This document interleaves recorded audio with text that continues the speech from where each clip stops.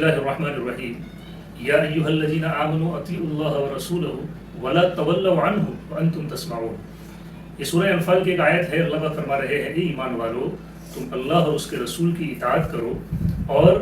اس سے روگردانی مت کرو، منہ مت پھیرو جبکہ تم سنتے ہو۔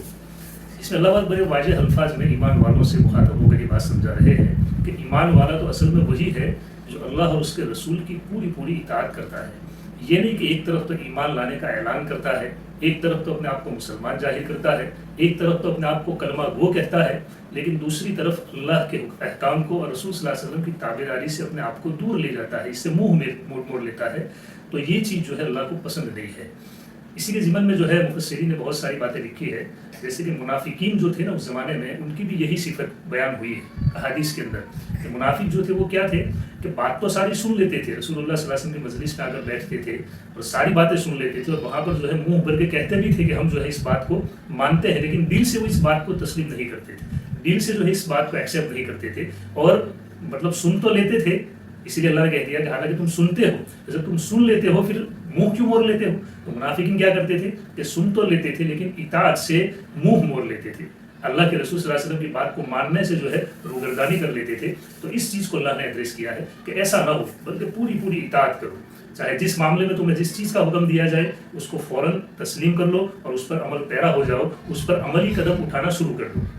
اسی چیز کو قرآن کے اندر ایک اور جگہ پر اللہ نے کہا ہے کہ ایمان والوں کی صفت اور خوبی بیان کی ہے، اور یہ اصل میں صحابہ کی زندگی کو سامنے رکھ کر بات بتائی جا رہی ہے کہ سمینا و اطعنا، یعنی صحابہ نے یہی کہا کہ یا اللہ، اور اللہ کے رسول صلی اللہ علیہ وسلم سے کہا کہ ہم نے سنا اور ہم نے مانا، یعنی سن بھی لیتے تھے پوری طریقے سے کہ بات کیا کہی جا رہی ہے، اور پھر اس کو پورا جو ہے اس پر عمل پیرا ہو جاتے تھے، اس کو پورا عملی زندگی میں لانے کی کوشش کرتے تھے۔ تو یہ ایمان والے کی وہ صفت ہے کہ جس پر چلنے سے اور جس کو اپنا کر ایک ایمان والا جو ہے وہ اللہ کی نظر میں صحیح معنی میں ایمان والا بنتا ہے، ورنہ پھر جو ہے بات سننا الگ ہے اور پھر ماننے میں جو ہے الگ رویہ اختیار کرنا ہے۔ تو ایسے لوگ جو ہے منافقین کی کیٹیگری میں فال کرتے ہیں۔ منافقین کی جو صفت ہے وہ یہی تو ہے نا، صحیح بخاری کے اندر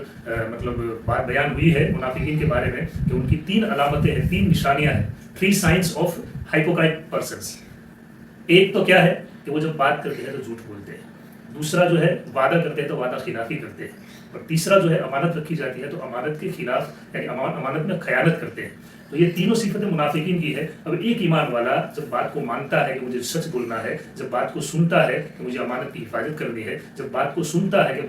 وعدہ خلافی نہیں کرنی ہے، پھر بھی یہ تینوں معاملات میں جو ہے وہ بالکل برعکس اور الٹا معاملہ کرتا ہے۔ تو اس پر کہا گیا کہ ایسے جتنے بھی لوگ ہیں یہ منافقین کی کیٹیگری میں فال کرتے ہیں۔ اس سے مجھے اور آپ کو اپنے آپ کو بچانے کی ضرورت ہے کہ اللہ کی نظر میں سچا اور پکا ایمان والا وہ ہے جو اللہ اور اس کے رسول کی بات کو مانتا ہے، اور پھر ماننے کے بعد جب حق ان کے سامنے واضح ہو جاتا ہے، سچائی اور ٹروتھ ان کے سامنے کھل جاتا ہے اور ریالٹی سے واقف ہو جاتے ہیں، اس کے بعد جو ہے وہ عملی قدم اٹھانے سے پیچھے نہیں ہٹتے۔